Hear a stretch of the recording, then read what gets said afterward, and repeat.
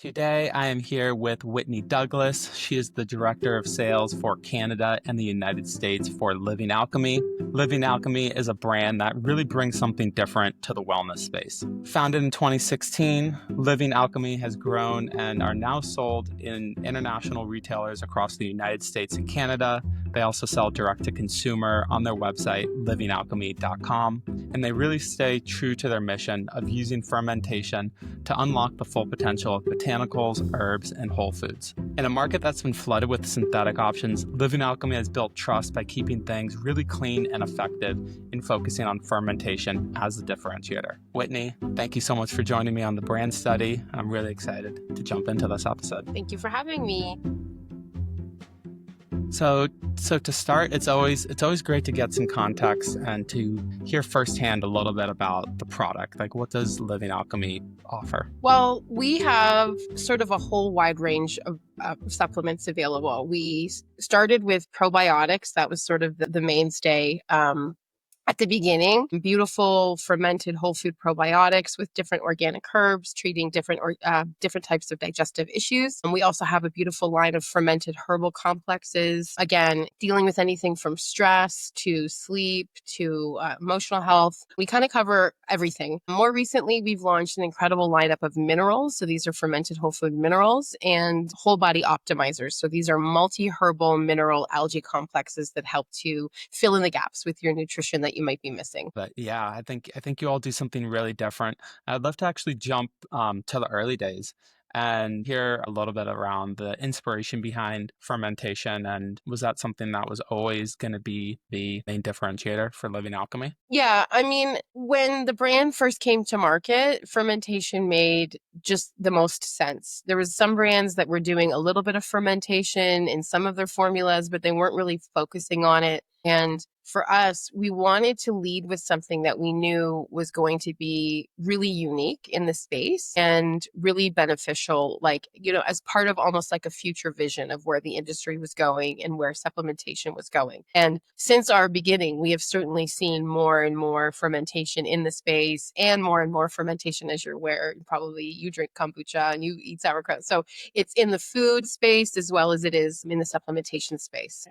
Well, I mean, fermentation is probably one of the oldest available technologies that we have as humans on this planet. I think it's incredible that you could pick flowers, plants, cabbage, whatever you want, and use activated microbes that are just flying around in the atmosphere to produce something medicinal for your body. That's pretty incredible. And, we have that ability to access that. All of us do. And fermentation is, when you think about it, from a preservation style, it's great for retaining nutrients, but it's also incredible at transforming plants into the most elevated version of themselves. So we think turmeric gets fermented, it's water soluble, it's like bioavailable, your cells take it up right away, all the curcuminoids, all the amazing nutrients that are in there become body ready.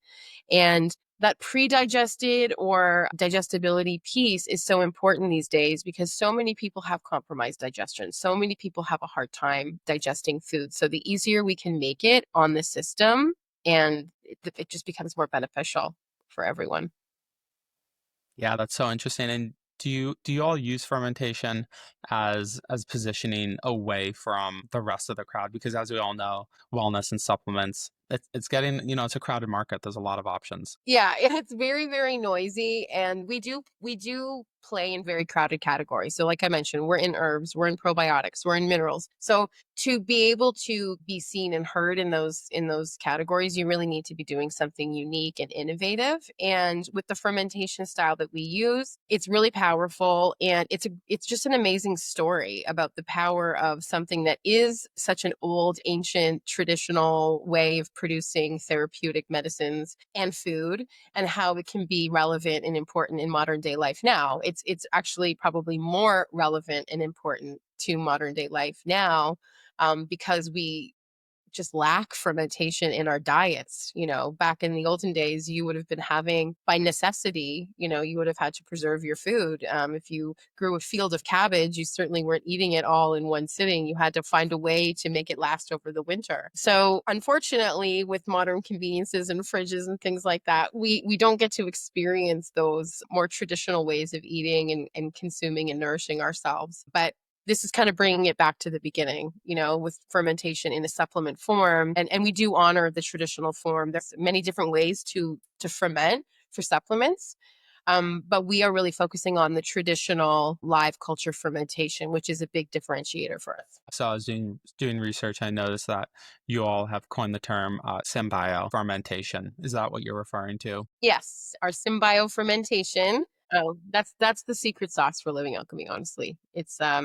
It is unique to us. It is our sort of trademarked fermentation method. And that includes not only the way we do it between the type of ferment, like the length and the type of fermentation and the freeze drying that we do at the end, but also the type of microbes that we're using. You can ferment with, just a couple of microbes. I don't know if you've ever familiar with Saccharomyces cerevisiae, or you've probably heard of kefir before. We like to combine all the microbes. So we have an extremely diverse collection of microbes that we use to ferment all of our herbs and foods with. The end product is just like brimming with life. It's got so many nutrients and enzymes and things that your body just like totally loves. And it really mimics nature. It mimics, like, if you were to pull a carrot out of the ground and, what would be on that carrot would be probiotics and enzymes and fungi and all the living, the life from the ground. And that's the way that we should be consuming foods, like diversity, not only in the types of foods we're eating, but also in the microbes that we're consuming, whether it be yeast, bacteria, fungi. They're all really important for your gut, because your gut is a whole, it's millions and millions and millions and millions of different types of bacteria and fungi. So we don't want to just focus on any one thing, right? Yeah, yeah, absolutely. And it's such a rich topic, and it can be complicated for consumers to understand. What are a few things maybe you're doing to get this messaging across to consumers when you're going D2C and to retailers? We are, well, education, always education. That's sort of the cornerstone of the brand. We do monthly webinars and online education seminars for all of our retailers. And then we have a platform that we use that houses all of those past webinars so that they can continually access them if they have questions or they need more information on a particular product or condition. So that's pretty incredible. And then we've really invested in store product educators. You'll see in Canada and where we are in the US, we've got people who are nutritionists or herbalists who are actually working in store to help educate the end users, the consumers, and also build those relationships and educate the retailers on an ongoing basis. So it's a constant cycle of education and information to make sure that everyone is armed and resourced with all the information they need to help support the brand and help the customer. Yeah, and do you feel like there was a turning point where you really felt like your audience,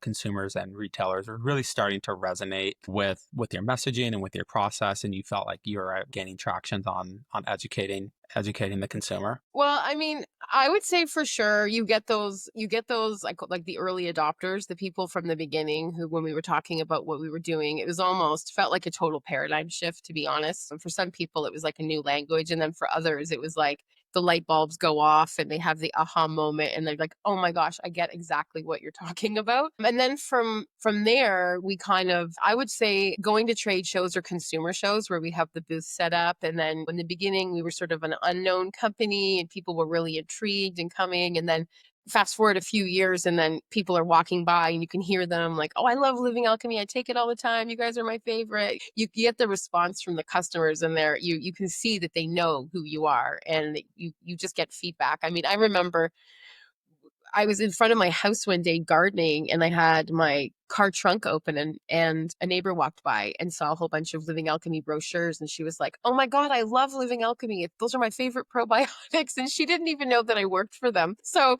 it was just hilarious. And I was just so happy. Like, "Oh my gosh, you know who we are. This is so great." So like those little moments start to build and build and build. My dad said to me once, like, "Oh my God, I saw you guys on Instagram. I'm finally seeing what's going on." And it's like, okay, what people are getting it. We're getting the visibility, we're getting the traction. and it's really exciting. That's really exciting when you see strangers or neighbors that don't know, and you see all of that validation from all the hard work you're putting in. That's really incredible. So beyond webinars and hosting, hosting content, your newsletter on your website, are there any other marketing channels that you all are focused on to really get the message out? Well, this year we're really focusing on partnering and working more closely with our active users to create testimonials in real stories told by real people using our products. Like we're trying to kind of veer away from the more recommendation type of marketing and go into more of that authenticity, because at the end of the day, the people trust other people and they trust real experiences and real people. So we get testimonials on our products. I mean, I could write books on just testimonials because people every day are mailing us pictures of their skin conditions improving, or how it's changed their lives, or it's changed their children's lives. So people just have amazing experiences with our products. And I figured, why wouldn't we want to just talk about the people who are actually putting their trust in us as a company to help them, and then they get these amazing results. So leveraging that, using testimonials, we have a whole kind of a series coming out called Come Alive, and it's all video taped testimonials and practitioners who are using our products in practice. I feel like that just carries its weight in gold in terms of building trust with the end user, because it's not like a use my code and save 15%. And in this day and age, there's a lot of people who are dealing with a lot of serious chronic issues, and they're not getting the results and the help that they really need, and they're searching and they're frustrated. If we can be telling stories that give people hope, it's not a magic pill. There's always work to do when you're dealing with something chronic, but we can help you get there for sure. Yeah, that's amazing. And I think in the world of digital marketing, it's blurred the line of if it's a paid influencer versus an organic user. So I think that's great that you all are really doubling down on current users. So you're not going to be focusing on paid influencers or meta ads. Not at this time. I mean, we're definitely using Google Ads. We're definitely, we have we are utilizing digital advertising, but it's not not using people who are not using our products firsthand. Yeah. Yeah, and really focusing on social proof that this is real people using our product. Well, yeah, especially like when you factor in this day and age, the economy is a bit shifty right now. People are spending a lot of money to try to feel better. Again, like when they put their trust in you, when they open their wallet and say, "Okay, I'm going to give this a go," based off of something they read on the internet or something that they heard on the internet, like you want to make sure that they have a really good experience with it. So we only want to share real information. We only want to share real experiences to help people, not to persuade them through tactics or artificial ways. Yeah.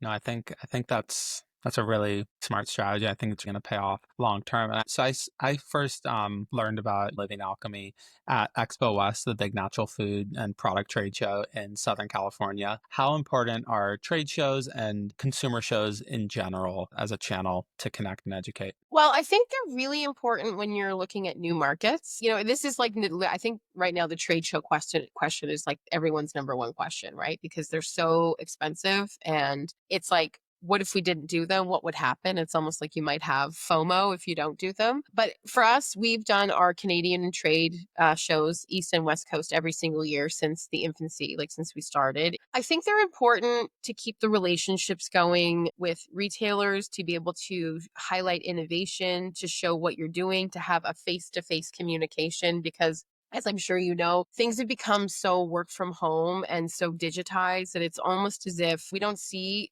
everyone in our industry face to face as much anymore as we used to. Like, before the pandemic, it was very common to see people all the time, and, big events happening constantly in the industry. That's kind of been pared down a bit. So, in a way, it's great to have that kind of face to face hangout time with everyone in the industry and see what everybody's up to and doing. On the other hand, it can get really cost prohibitive. So it's really, I think, figuring out a way to maximize that spend and maximize the time that you're spending and going in with a plan as opposed to just showing up and throwing up a booth. I think you need to really activate and lean into all the different opportunities that are being offered to you through the people who are putting on the show, and try to get involved with as many of them as possible to make it really worth the money. Yeah, yeah, absolutely. I think that's kind of the big question with marketing in general is you can put a lot of money behind meta ads and you can put a lot of money behind creative. And at the end of the day, you never really know how it's going to perform. And unless you have a really established audience, or you've done, you've already spent tens of thousands of dollars on A/B testing. Oftentimes, new marketing initiatives or with a new product launch, you can come up with a game plan and come up with as much data as you want. But especially with trade shows, some years are slow, and you can't account for that. No, it's totally true. I mean, weather could impact it. There are so many variables that are not within your control when it comes to a trade show. For us, where we met you was Expo, obviously, and that's a new market for us almost entirely. Like, we only launched into the US about 2.5 years ago. So for us right now, I think it's important that we do it so that we can be, that's how you found us. We wouldn't have met if it wasn't for that. And I feel like it has to be a part of what we're doing in the US right now because it's such a big show. It's also an international show. So as much as we were seeing people on the floor who were buyers and purchasers from retail chains within the US, we also got to meet a ton of international distributors to look at different markets and ingredients as well, looking for innovation with ingredients, packaging, and things like that. So, overall, it's a really dynamic, that one in particular is a really dynamic show. And it brings people from all over the world. So it's super cool. And I think there's a lot you could gain out of doing that as a new brand for sure. Yeah, yeah, absolutely. And would love to hear a little bit about the sales and marketing process. Since being a Canadian-based brand, how you all market to people in Canada versus the United States, and if there's a different strategy behind that. Well, I mean, the core sort of like essence of our message and our brand, which is really grounded in nature and trust, not only within nature, but within yourself, is something that I think is pretty universal to both sides of the border. Um, and it resonates with people. People are understanding how important it is to nourish yourself with whole organic supplements as opposed to synthetic, isolated, lab created franken pills. I think they get that. I guess the big difference with the US and Canada is just population. When you think about California, California has almost the population of Canada. So when we broke into California, it was like so many people, so many brands. We're this tiny little voice in the sea of other brands. At the same time, everyone seems to be hungry for something new and to learn something new and to see something new. So we've got the kind of excitement factor in the US based on the fact that everyone's kind of learning about us for the first time and we're saying something completely different than everyone else on their shelf. So that's working really well for us, and just getting down there and meeting and working in the stores. Again, demos, education tours. We've been down to California 3 times now this year, and it's been amazing. Like, the reception's been really, really good. And then in Canada, people support us because we're Canadian, obviously, and Canadian made, Canadian manufactured. A lot of the people in this company have been lifers. Like, we've been in the industry a long time. So that's also fun too. Like, to be, we've been around a long time and been in the industry for a long time. And the marketing has been very similar. It's, again, education, a human touch, I would say, is something that we lean into where others seem to be dropping education, demos, sampling, all the stuff that helps, I believe, build brand sales in store. People seem to be going to more digital, like webinar only, and everything is digitized, where we want to be more human all the time. We want to be in stores more. We want to be servicing more. Like, I feel like that humanness is something that also creates this relationship that's a lot stronger. So that's been part of our strategy for a while now. is just being present in person and trying to activate in within communities, even micro niche communities and larger communities where there's a lot of resonance and a lot of alignment. And I feel like once you start doing that, whether it's like partnering for an Instagram giveaway, but that as two companies together, you're so aligned and you're so in agreement on like the core values, that message just amplifies and becomes stronger and stronger. And it's so powerful. I think at the end of the day, like we're not so different, the two countries. I think we really do want the same things. We really do want, especially every United States is almost like 50 countries in one. I know, it's so true. It's so Yeah. true. And especially on the West Coast, like California, Oregon, Washington, health and plant-based wellness has really become such a common standard in everyone's life. Have there been any interesting surprises for better or for worse since launching in the United States? Well, I mean, the biggest one was our original launch was like the day COVID got announced. That was like the worst. That was the worst. That was the worst ever. It was the worst launch ever. We launched into Whole Foods in the Pacific Northwest and we were so excited. And then it was like, what is this? No one could go in the stores, or like it was just a disaster from start to finish. And I just was like, this is so sad. It made me so sad because everyone was sort of like paralyzed. You couldn't do anything. You didn't know what to do. So like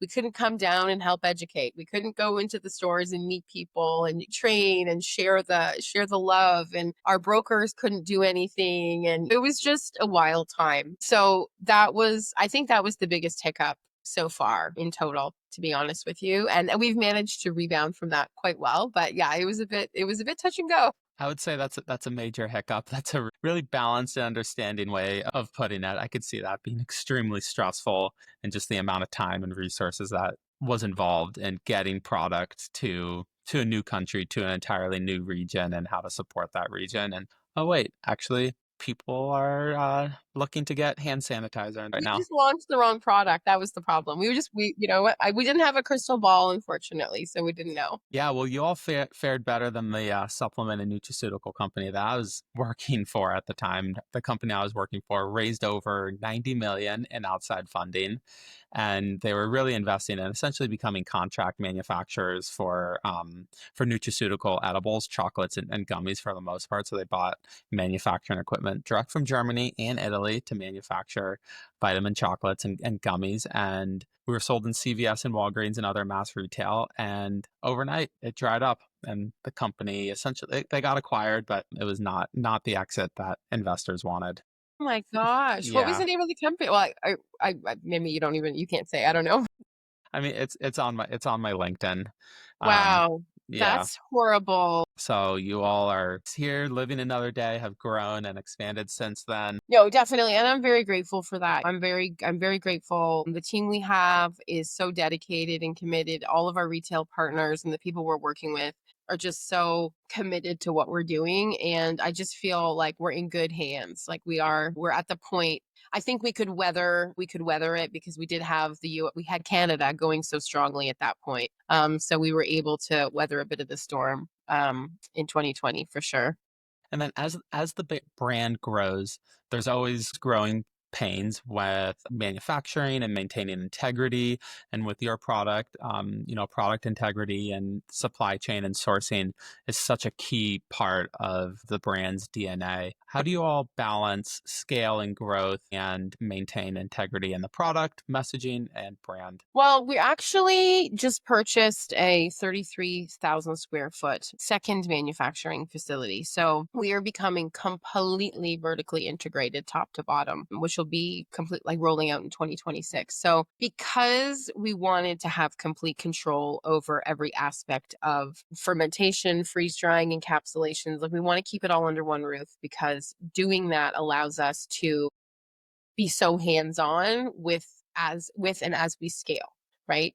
That I've seen that happen before where companies grow so fast and they do the bait and switch with their ingredients and things aren't feeling the same, they're not looking the same because it's so go go go. And I mean, great, like thankfully we have the capacity and the ability to expand in the manufacturing and the R&D component of our business as well as we expand on sales and the sales team and the marketing team as well. So it's really holistic. It's all going to be under one roof. And then the supply chain as well. That's something that we started to really narrow in on in 2020 because there were so many unpredictabilities, and just trying to keep things as tight as possible and keep those supplier relationships as tight as possible so that we're not having to deal with out of stocks and just unfamiliar relationships and partnerships, maybe leading to not having the raw materials we need, or the capsules, or the desiccants, or whatever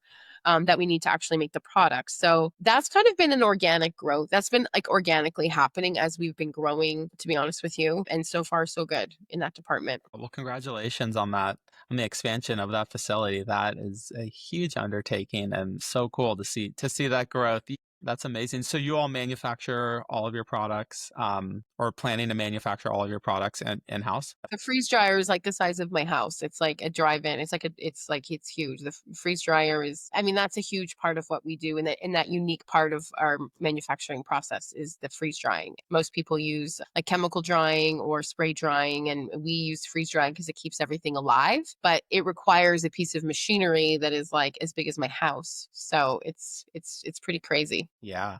Yeah. And then do you all work directly with farmers, or how do you all source the raw ingredients that you end up freeze drying? We try to source as much from North America as possible. We have rhodiola comes from Calgary, Alberta. Blueberries are coming from BC. The black garlic that we have is coming from the USA. It really just depends on the producer. Like, we focus on the how it's produced is number one. First of all, everything we make is certified organic and non-GMO project verified. So the way it's farmed and the way it's produced is sort of how their starting point for seeking out new partnerships with raw materials. And then, there's a lot to be said about, as much as I'd love to have local turmeric, that's really not a possibility. So, we have to source from where the origin of those plants are, ashwagandha, etc. But that's taken care of by an amazing team. And I think that commitment with the organic and the certified non-GMO project is something where people know that getting those certifications is fairly easy, but keeping them is really hard, because you have to make sure, if your supplier's out of organic turmeric, you can't substitute with non. It's got to be held to that high standard. 100%. I love that. I think that's one thing that really differentiates you all from the rest of the crowd. I think, yeah, really holding that standard and knowing that what you're putting into your products is the best that you can source. I think consumers long term are really gonna recognize that. I could see that really driving growth in your brand, in addition to the process as well. So I love to hear that. I'd love to hear what's next for Living Alchemy. So beyond the expansion of production, where do you see the company going in the next year, the next 3 years, 5 years, 10 years? Well, we met some great international potential partners at Expo. So definitely looking at new markets abroad for sure, and expanding our existing, innovation. Once the manufacturing facility is finished, it's going to be great because we're going to have so much capacity to create and to make new products for people to help them. So I think our R&D is going to just continue to ramp up. And Irene and I are also publishing a book, so that's going to be on shelves pretty soon as well, which we're really excited about. So it's a whole guide on fermentation, past, present, future. There's a beautiful recipe section. There's tons of information on gut health and mental health and ways that you can use fermented foods and fermented supplements in your everyday life. Yeah, that's so cool. And I feel like in recent years fermentation's become kind of like a health trend. People are a lot more aware about the health benefits of fermentation. And I hear people fermenting at home, and obviously you see fermented beverages. Do you feel Living Alchemy has benefited from just that general consumer awareness around the benefits of fermentation? Totally, completely. Because when you're trying to educate, it's familiar language that they understand. So it does require some re-education, because obviously a kombucha is not the same as a probiotic, like a supplement. But they understand the benefits. I think the biggest one is from the digestibility standpoint. People consider pre-digested, I guess. So it's easy to digest. It's easy on the stomach. It's easy on like they get that. They understand why it's important from that perspective. And yeah, absolutely. I mean, sourdoughs, has been making a huge comeback for a while. Kombucha, kefir, people get it as a preservation. They get it for food. And then, even looking into more Ayurvedic medicine, people who are kind of schooled in that kind of realm of medicinal healing know that fermentation was used for ages and ages as a way to transform food into medicines. There's lots of different angles you could take talking about fermentation. That's so powerful. I'd love to hear maybe just a little contrast around how some other mass market supplements. So if you see, if you walk into, a Target and you see a turmeric supplement on the shelves, what's the mass market process like? Well, I think depending on the brand, because they're not all the same, but when you look at curcumin, for example, which is a compound in turmeric, the mass market favors extracting individual ingredients out of the whole plant and then synthetically producing them and then mega dosing them. So there's not a lot of plant intelligence or nature left in that supplement when you've essentially just removed it from the context of the plant. And there's so much synergy that happens in the whole plant. So when you're not using the whole plant, you're not getting all the benefits of that synergy and that intelligence that's woven into the plant. When I go to a more mass market retailer, it has kind of an allopathic light feel to it these days. It's a lot of synthetics and isolates and magnesium stearate, which is an ingredient used in most supplements, which we do not use. We completely avoid it. So really what we're trying to do is guide people back to nature by using the whole plant and understanding that there is so much power in the whole plant as it is. And we use fermentation to really elevate and to transform that plant into a medicinal versus a food. And I would say that that's the biggest hurdle often, is getting people to trust the power of that plant and not the synthetic, because you get marketed, 12,000 milligrams of this, this isolated, you need, it's such a racket at the end of the day. And we really just want people to trust that the plants have all of that beautiful intelligence within them. And then our job is to use our fermentation technology to transform that into something that is healing and nutritive. So I do take supplements, and I have certain types of inflammation in my knees from just many years of running and playing basketball. And even as someone who I see myself as a highly educated consumer, yeah, there's really no transparency when it comes to how things are processed. You just kind of see that milligram count and you just think A and B are the same, but you don't actually know about how it's processed and what that means for the outcome. Totally. And 100%. And I just feel like that's why the education that we offer is so important, because customers just need to understand. Once they understand something and you take the time to explain it and give them the information and the context and how it really relates back to them, I feel like that's the power move. That's when they really get it and they're on board. Yeah, that's amazing.